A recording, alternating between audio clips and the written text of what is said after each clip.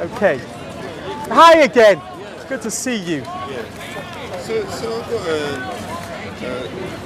a question. You know where we have all these different churches, denominations, and different religions? Yes.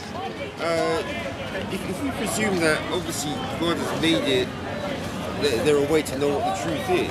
Yeah. How do you differentiate which one is the true one? Okay, fantastic. How do we determine which denomination is the true one? Yeah. Well, this is actually not too difficult. Right. Because we can take all the Protestant denominations, they began 500 years ago. Yeah. Now, Jesus said 2,000 years ago in St. Matthew's Gospel, he's going to build his church. So we know that he built it, he doesn't leave his church 1,500 years before he builds it. Yeah. He builds it pretty much straight away, after Pentecost. Yeah. So it's 2,000 years old. Now we know the church is structured. It's the new Israel, because you know how the old Israel has 12 patriarchs. Yeah.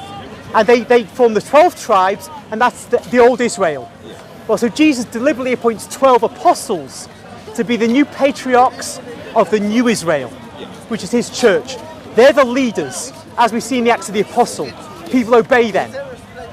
Now, I would say, and many scholars, Catholic as well as Protestants, say that the head of the patriarchs was Peter. These new patriarchs, these new apostles, because he's the head of the lists of the apostles in the synoptic gospels. He's the one who's quoted the most speaking in the whole New Testament.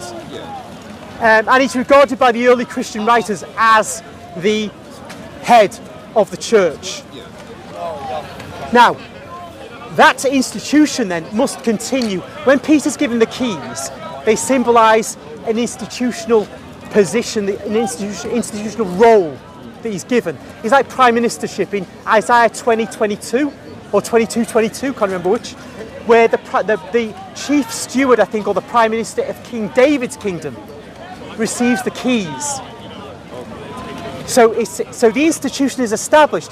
Peter occupies it as the first occupant. But as with every institution, it does not die with the man. The institution carries on and is filled with others. So that's the papacy. So we have this hierarchy of bishops led by one bishop, the Pope, and that carries on down the generations. That's the institutional church. It has to be 2,000 years old, and this church is 2,000 years old. And so that's how we say this is the one. Now the Eastern Orthodox have their arguments, but I'd say theirs is not the true church, because their church is not founded by an apostle. They can pretend it was, but actually Constantine took a backwater called Byzantium in about 330 AD and made it his capital. It was not established as a see, as a diocese by a real apostle.